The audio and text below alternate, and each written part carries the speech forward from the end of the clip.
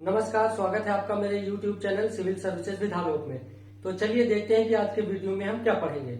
इससे पहले कि हम वीडियो स्टार्ट करें, अभी तक अगर आपने हमारा चैनल सब्सक्राइब नहीं किया है तो चैनल को सब्सक्राइब कर दें, शेयर करें, लाइक करें, कमेंट करें और नोट्स बनाकर पढ़ते रहें। तो चलिए देखते हैं कि आज के वीडियो में हमको क्या पढ़ना है। देखिए, आज हम अभी लास्ट वीडियो में हमने देख लिया था कि जब महासागरीय और महाद्वीपीय प्लेट की टक्कर होती तो क्या होता है। आज हम देखेंगे कि महासागरीय प्लेट का अपसरण, महाद्वीपीय प्लेट का टक्कर होता है तब क्या होता है, समानांतर संचलन प्लेट का होता है तब क्या होता है जब प्लेट समानांतर चलती हैं। प्लेटों के संचलन के कारण, ये जो प्लेटों का टक्कर हो रहा है ये कारण है क्योंकि प्लेट चल रही है। तो प्लेटों के चलने का कारण क्या है, अपसारी प्लेट सीमांत के विकास, जो आपका अपसारी है उनके विकास के कितनी स्टेजेज होती हैं। प्रशांत महासागर मेखला को आग की पट्टी क्यों कहा जाता है, ये प्रश्न अक्सर पूछा जाता है कि प्रशांत महासागरीय मेखला को आग की पट्टी क्यों कहा जाता है, यहाँ हम देखेंगे। तो चलिए फिर हम स्टार्ट करते हैं, इन सब चीजों को आज क्लियर कर लेंगे आज के लेक्चर में। आज हम प्लेट टेक्टोनिक टॉपिक पूरा समाप्त कर देंगे। तो चलिए शुरू करते हैं आज का वीडियो। चलिए फिर देख लेते हैं कि महासागरीय अपसरण क्या होता है। देखिए, लास्ट वीडियो में हमने क्या देखा था कि महाद्वीपीय और महासागरीय प्लेट की जब टक्कर होती है तो क्या बनता है, हमने बहुत डिटेल में समझाया था। आप लोग की उम्मीद है कि समझ में आ गया होगा, और अगर नहीं समझ में आया तो दोबारा से जाइए, डिस्क्रिप्शन बॉक्स में उसका लिंक पड़ा है, दोबारा से देखिए, पक्का समझ में आएगा। चलिए आज देखते हैं कि महासागरीय अपसरण क्या होता है। जब महासागरीय ये दोनों प्लेटों की टक्कर होती है तब क्या होता है। देखिए, आपकी ये यूरेशियन प्लेट है, ये आपकी प्रशांत महासागरीय प्लेट है।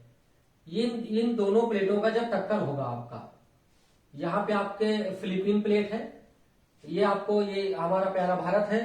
भारत जैसा नहीं बना है लेकिन आप लोग की आंख अच्छी है, बना लीजिएगा।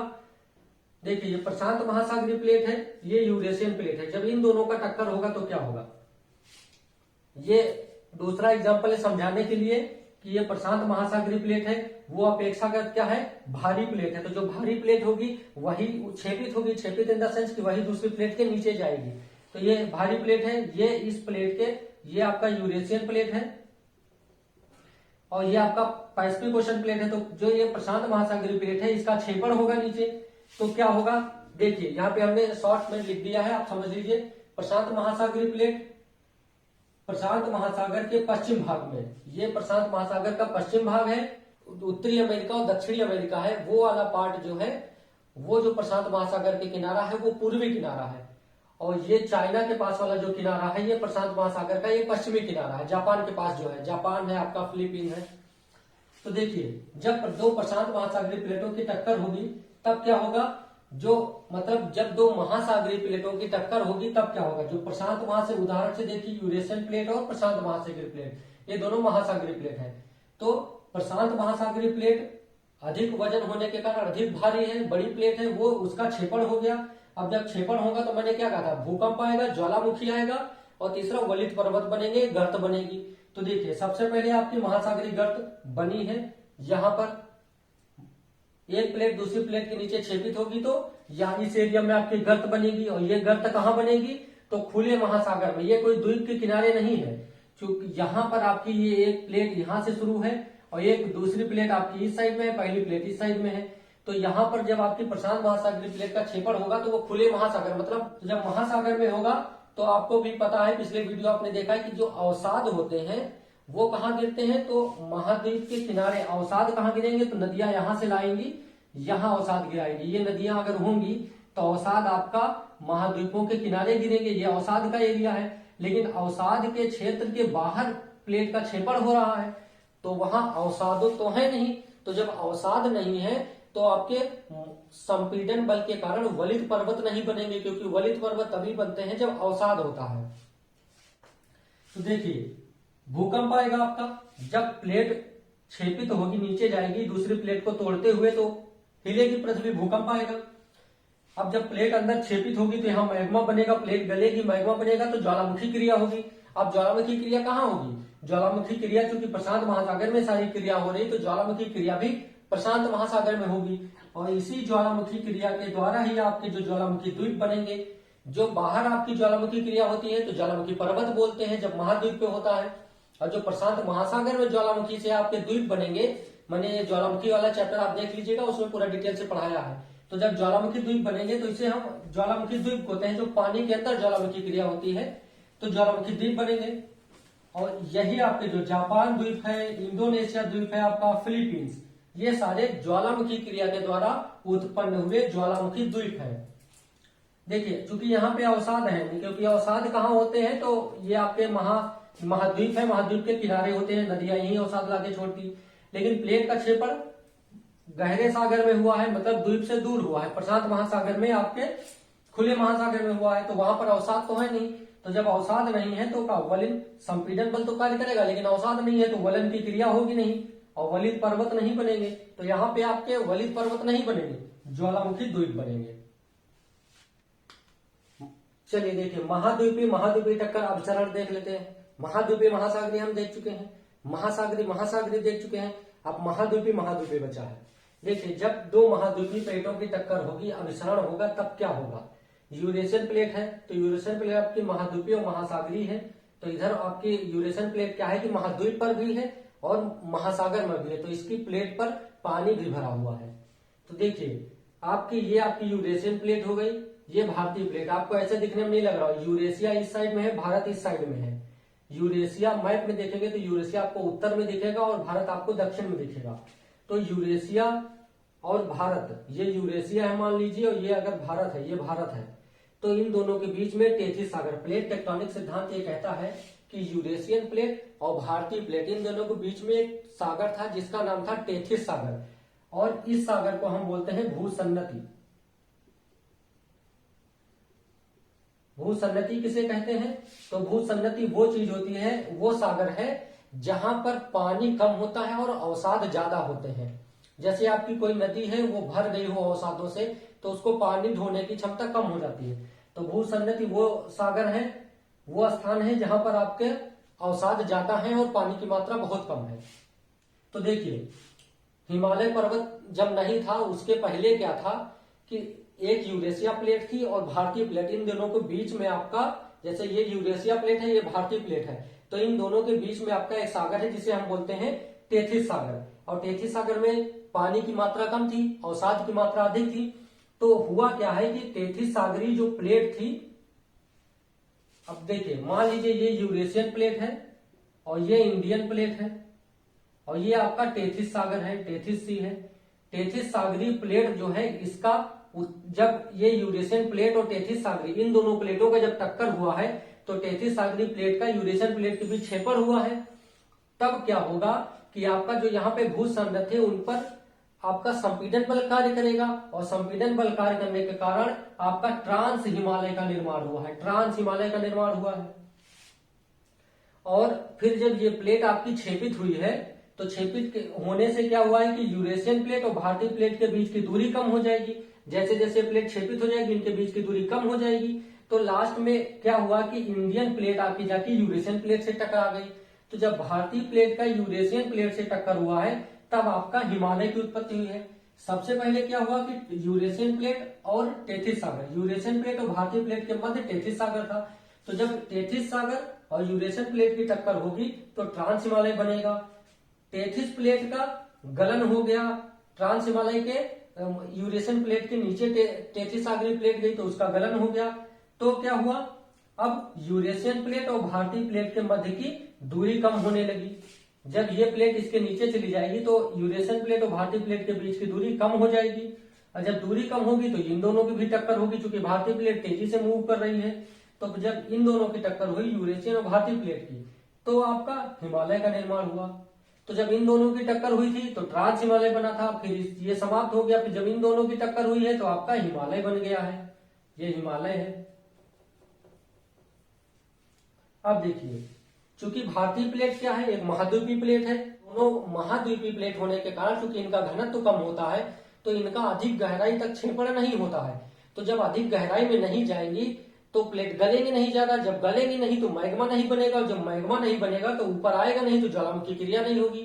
इसीलिए यहाँ पर क्या होता है कि इनका घनत्व कम होने के कारण ये अधिक गहराई में क्षेपित नहीं होती हैं, जिस वजह से ज्वालामुखी क्रिया तो नहीं होती है, लेकिन चूंकि प्लेट का क्षेपण तो हो ही रहा है, इस वजह से भूकंप आने की संभावनाएं हमेशा बनी रहती है। तो जो आपका हिमालय वाला क्षेत्र है, यहाँ पर ज्वालामुखी की संभावना नहीं है, लेकिन भूकंप की संभावना बनी रहती है।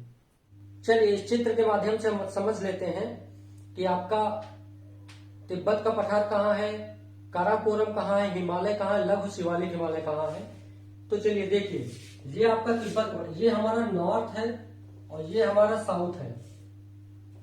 ये उत्तर का भाग है, जैसे हमारा ये आपका भारत का क्षेत्र है, तो ये हमारा यहां से उत्तर साइड से लेके दक्षिण साइड की ओर हम आ रहे हैं। तो देखिए, सबसे उत्तर में क्या है, उत्तर साइड में क्या है, सबसे ऊपर क्या है, तिब्बत है, तिब्बत का पठार है। तिब्बत के पठार के बाद जैसे हम दक्षिण में आएंगे तो काराकोरम, काराकोरम के और दक्षिण में आएंगे तो लद्दाख है, और दक्षिण में आएंगे तो वृहद हिमालय है, फिर और नीचे आएंगे तो लघु हिमालय है, फिर उसके बाद शिवालिक और फिर उत्तर का मैदान जहाँ पे हम लोग हैं। तो देखिए, ये जो आपका सबसे पहले जब आपका टेथिस सागरीय प्लेट थी और यूरेशियन प्लेट की जब टक्कर हुई थी तो ट्रांस हिमालय बना था। तो ये एरिया आपका है ट्रांस हिमालय का, यहाँ से काराकोरम और लद्दाख ये आपके ट्रांस हिमालय क्षेत्र में आते हैं।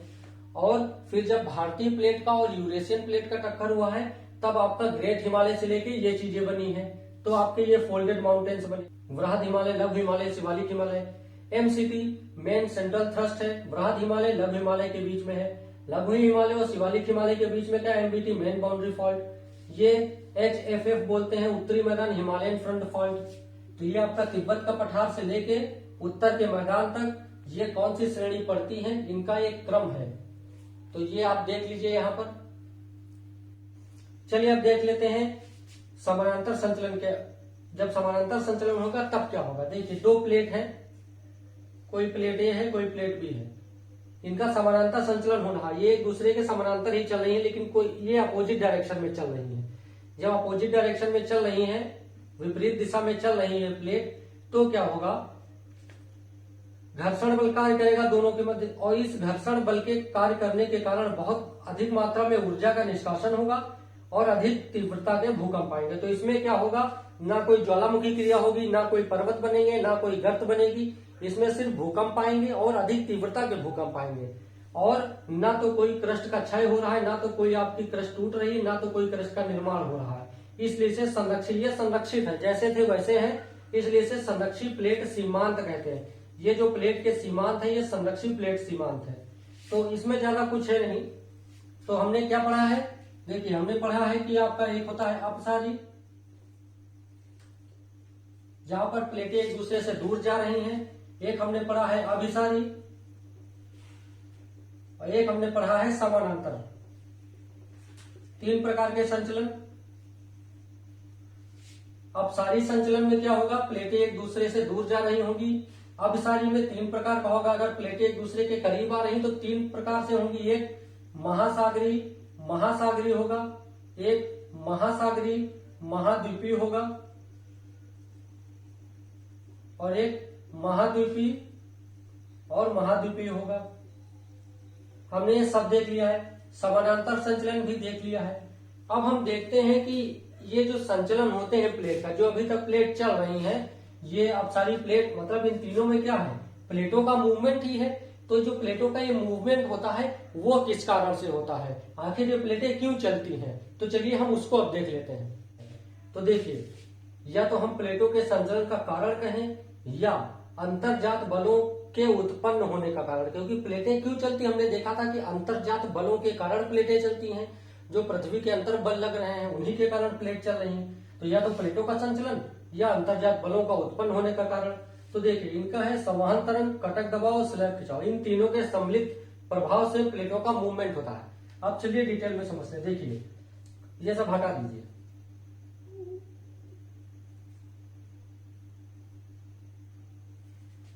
ये आपकी एक प्लेट थी, ठीक है, ये आपकी पूरी प्लेट थी एक। अब हुआ क्या है कि ये आपकी हो गई, मान लीजिए महासागरीय प्लेट। ये महासागरीय प्लेट है, महासागर की प्लेट है। उसके बीच में मैंने देखा था पिछले वीडियो में कि जो सफेद लाइन दिख रही थी कि मध्य महासागरीय कटक है, जहां ज्वालामुखी क्रिया होती।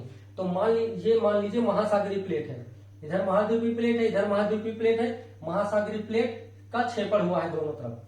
तो क्या होगा कि ये प्लेट का क्षेपण होगा अंदर, यहां जब क्षेपण होगा प्लेट अंदर जाएगी, रेडियो सक्रिय तत्वों का विघटन भी हो रहा है अंदर, और ये प्लेट अंदर क्षेपित हो रही। तो इस वजह से क्या होगा कि ये मैग्मा की उत्पत्ति होगी। ये है आपका मैग्मा, इधर भी मैग्मा की उत्पत्ति हो रही, यहां भी आपके मैग्मा की उत्पत्ति हो रही, सेम प्रोसेस है। ये आपकी प्लेट है महासागरी, यहां पे ये प्लेट का क्षेपण है, सबडक्शन, प्लेट का क्षेपण, ये भी प्लेट का क्षेपण है इधर। अब देखिए प्लेट का क्षेपण हुआ, मैग्मा बना, मैग्मा आपका जा रहा है, कहां जाएगा? तो संवहन तरंग के, जब कोई चीज गर्म होकर ऊपर उठती है तो उसे हम बोलते हैं संवहन तरंग।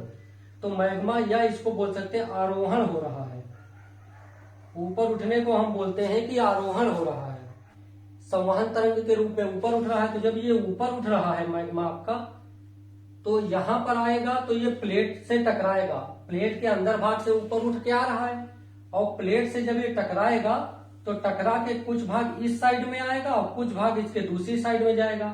तो ये मैग्मा क्या करेगा कि प्लेट पर एक तनाव बल लगाएगा। एक देखिए ये प्लेट है और ये नीचे से संवहन तरंग के रूप में आ रहा है और प्लेट में टकरा के आधा इधर जा रहा है आधा उधर जा रहा है, तो प्लेट पर एक खिंचाव कार्य कर रहा है। ये मैग्मा इस प्लेट को इधर खींचेगा और ये मैग्मा इस प्लेट को इधर खींचेगा, तो दोनों तरफ जब खिंचाव बल कार्य करेगा तो यहाँ पे एक दरार पड़ने लगेगी। कुछ समय के बाद यहाँ पे एक दरार पड़ जाएगी और फिर ये प्रोसेस चल ही रहा है, इधर क्षेपण हो रहा है इधर क्षेपण हो रहा है, रेडियोशक्ति तत्वों का विघटन हो रहा है और प्लेट के क्षेपण से जहां ये मैग्मा बन रहा है इसको हम बोलेंगे हॉट स्पॉट, इसको हम हॉट स्पॉट बोलते हैं जहां मैग्मा आपका बनता है। तो ये हॉट स्पॉट से संवहन तरंग के रूप में मैग्मा ऊपर जा रहा है और ये प्लेट पे खिंचाव बल लगा रहा है, तनाव बल लगा रहा है। तनाव बल लगने से पहले तो दरार पड़ेगी, यहाँ धीरे धीरे भ्रंश हो जाएगा, यहाँ पे फॉल्ट हो जाएगा और फिर यही जब बढ़ती जाएगी तो मान लीजिए कि ये बढ़ गई है। अब क्या हुआ है कि ये भ्रंश घाटी टाइप की बन गई है। अब यहां से मैग्मा आपका ऊपर आएगा सतह के, अब जब ऊपर आएगा तो यहाँ पे ऐसे मैग्मा ज्वालामुखी पर्वत के रूप में निकलेगा और यहाँ पे जब क्रस्ट का निर्माण करेगा तो इसी को हम बोलते हैं रचनात्मक प्लेट सीमान। यहाँ पे नए क्रस्ट की रचना हुई है। महासागरीय नितल प्रसरण हमने देखा था, वही है नितल, ये महासागरीय का तल है, प्रसरण हो रहा है। तो ये आपका यहाँ से मैग्मा बाहर आएगा और ये यहाँ पे आपका कटक बनाएगा, महासागरीय तल है, इसके ऊपर ऐसे पानी भरा है, ठीक है, यहाँ पानी भरा है, यही बनते हैं आपके महासागरीय कटक इस तरह से, ठीक है। तो ये आपका प्रोसेस हो गया। जो आपका स्लैब खिंचाव क्या है, तो वही गुरुत्वाकर्षण बल के कारण जो यहाँ पे गुरुत्वाकर्षण बल कार्य कर रहा है उसी को हम स्लैब खिंचाव बोलते हैं। देखिए मेन आपका संवहन तरंग ही है।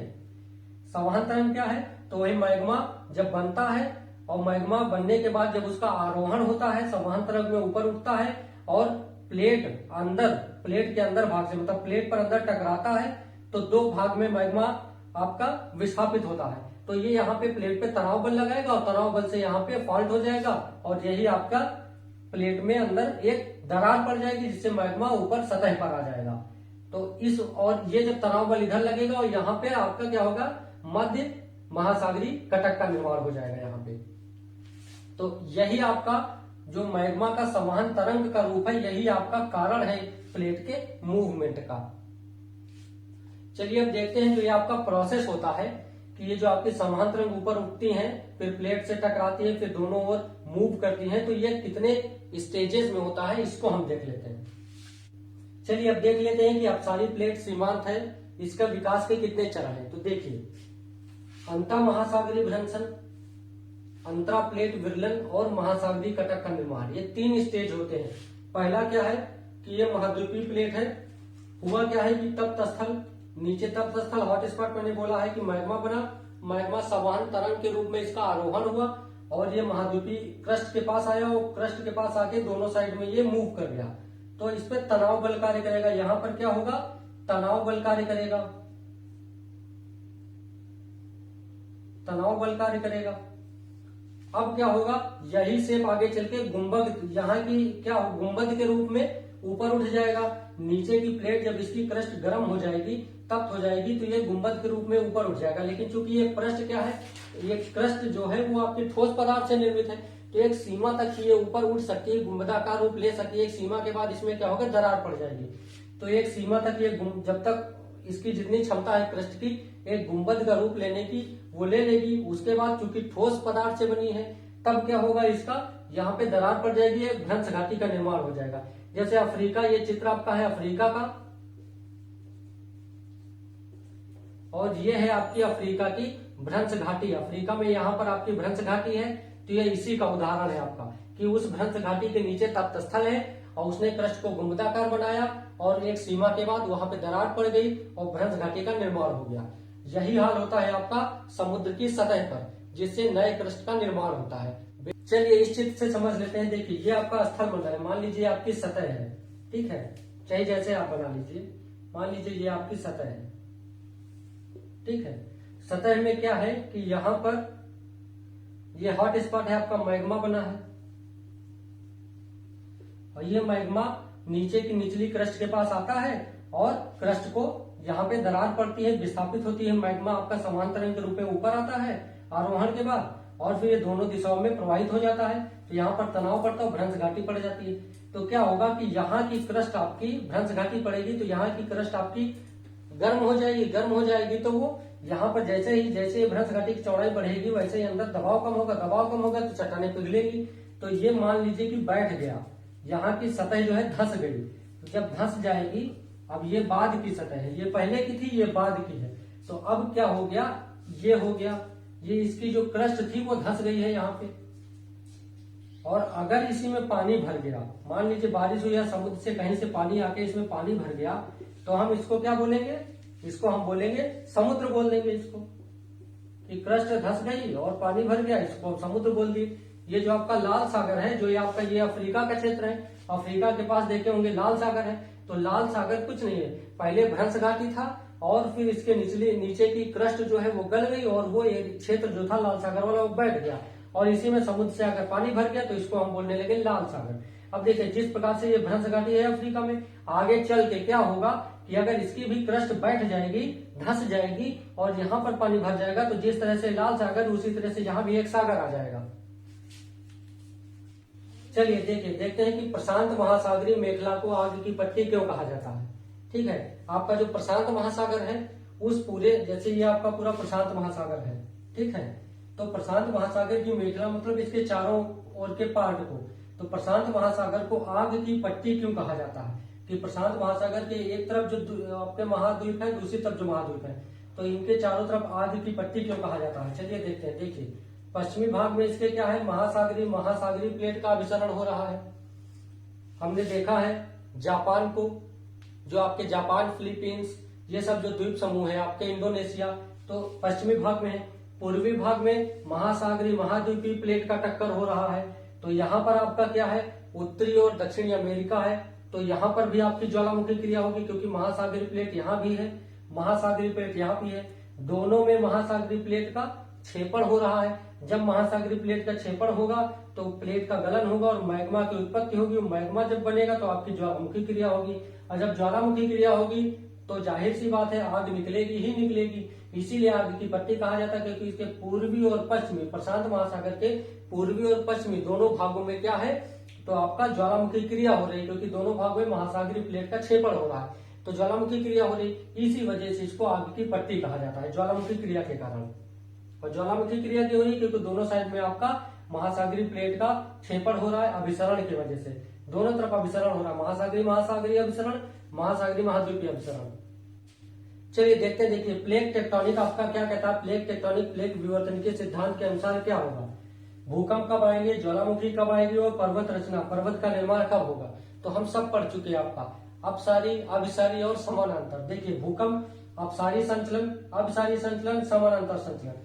प्लेट है तो प्लेटों का जब अपसारी संचलन होगा, प्लेटों का जब अपसारी संचलन होगा और समानांतर, तीनों प्रकार के संचलन में भूकंप आएंगे ही आएंगे। ज्वालामुखी कब आएगी, तो हमने देखा जो आपका अपसारी और अभिसारी होता है, इन दोनों में ज्वालामुखी आते हैं। इसमें आपकी भ्रंश घाटी बनती है, इसमें प्लेट एक क्षेपित होती है, तो दोनों में आपका मैग्मा बनेगा, ज्वालामुखी क्रिया होगी। पर्वत की बात करेंगे तो इसमें अपसारी से कोई मतलब नहीं, अगर प्लेट दूर जा रही है एक दूसरे से, बीच से आपकी भ्रंश घाटी बन रही तो पर्वत नहीं। पर्वत कब बनेगा, जब संपीड़न बल कार्य करेगा और दो प्लेटों के मध्य अवसाद होंगे, तभी आपका पर्वत बनेगा। हमने देखा था कि महासागरीय प्लेट की जब टक्कर हुई थी तो पर्वत नहीं बना था, क्योंकि उसमें अवसाद नहीं थे। अवसाद कहाँ होते हैं, तो नदियां अपने साथ बहा कर ले जाती हैं, और महाद्वीपीय भाग जो आपका स्थल खंड है उसके किनारे नदियां जहाँ समुद्र में मिलती हैं वहां पर अवसादों को निक्षेपित करती है, अवसाद गिराती है। तो जब वहां पर कोई प्लेट आपकी टक्कर करेगी तब उन अवसादों की वजह से वलित पर संपीड़न बल कार्य करेगा उन अवसादों पर और वलित पर्वत बनेंगे आपके लिए। तो पर्वत रचना कब होगी? सिर्फ अभिसारी प्लेट सीमांत में। अब समानांतर में कोई पर्वत नहीं होगा, अपसारी में कोई पर्वत नहीं बनेगा, पर्वत सिर्फ अभिसारी में बनेगा। वो भी कब बनेगा? जब आपकी महासागरी और महाद्वीपीय प्लेट की टक्कर हो या महाद्वीपीय प्लेट की टक्कर हो।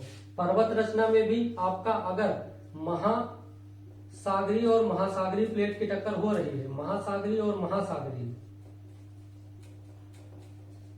ये अपवाद है आपका। अपवाद कहने का मतलब ये है कि अभिसरण तो हो रहा है, प्लेटों का टक्कर तो हो रहा है, लेकिन ये वाला टक्कर छोड़ के महासागरी टक्कर छोड़ कर, क्योंकि इन दोनों टक्कर में आपके पर्वत नहीं बनते हैं। ये आपका प्लेट टेक्टोनिक पूरा समाप्त हो चुका है।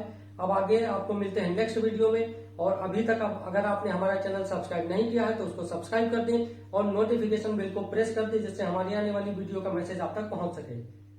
चलिए फिर मिलते हैं आपके नेक्स्ट वीडियो में।